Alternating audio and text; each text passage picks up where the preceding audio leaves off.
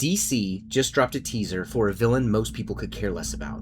No built-in audience, no cultural movement behind it, nobody was asking for this movie. And yet, in under 2 minutes,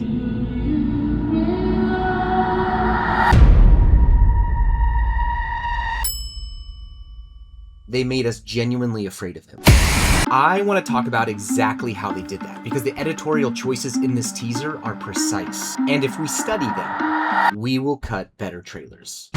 Here's the problem that the editor was handed. Clayface is not Joker. He's not Batman. He's not a character that carries 20 years of cultural weight into a trailer. So you can't really open on spectacle and expect the audience to already care. You have to build his case. You have to make them feel something before you show them anything.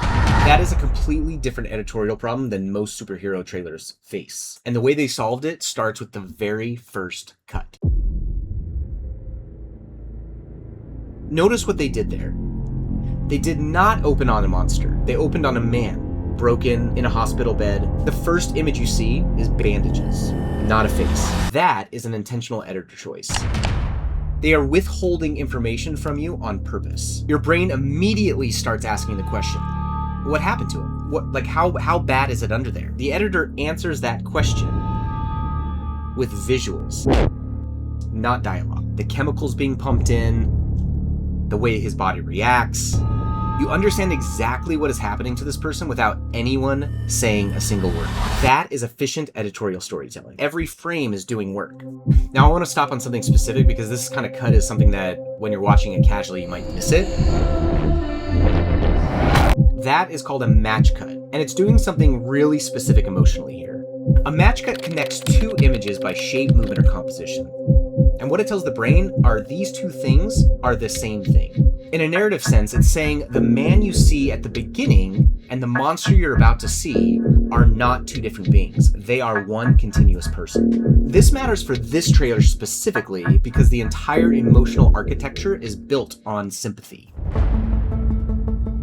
Every great trailer has what I call a North Star moment. One moment that the entire cut is pointing toward. Everything before it is a question, the moment itself is the answer. And when you find it in a trailer that you're studying, you understand what the whole trailer is about. In this teaser, this is the North Star moment.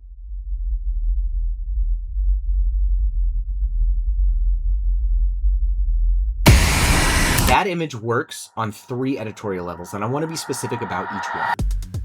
Level 1, the silence. There's no music hit during this moment. There's no riser, no boom. In a world where trailers are so filled with sound design nowadays to help us understand how to feel,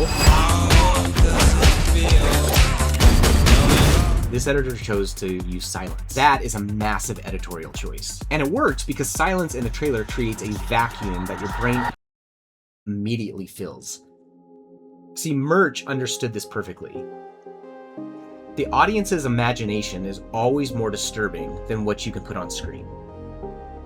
Level 2, the framing. He's alone in a bathtub.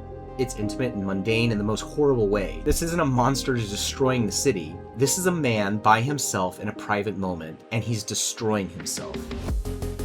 The intimacy of that framing is what makes it so disturbing. You're not watching from a safe distance. You're right there with him. Level 3, it answers the question. Remember what the opening sequence was doing?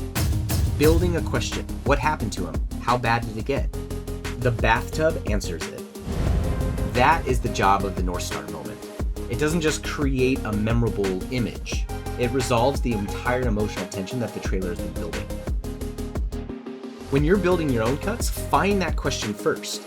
Find the moment that answers it. Build everything else around delivering that moment to the audience. So 3 things I take away from this teaser as an editor. 1, withhold information deliberately. Restraint is a tool. 2, try using silence at your most important moment. 3, build the question into the setup, and every cut that leads to it gets sharper. Clayface hits theaters October 23rd. I think this campaign is going to be worth watching. If you find this kind of breakdown helpful, if you want to edit trailers for a living, subscribe to the channel. We'll learn together. See you in the next one.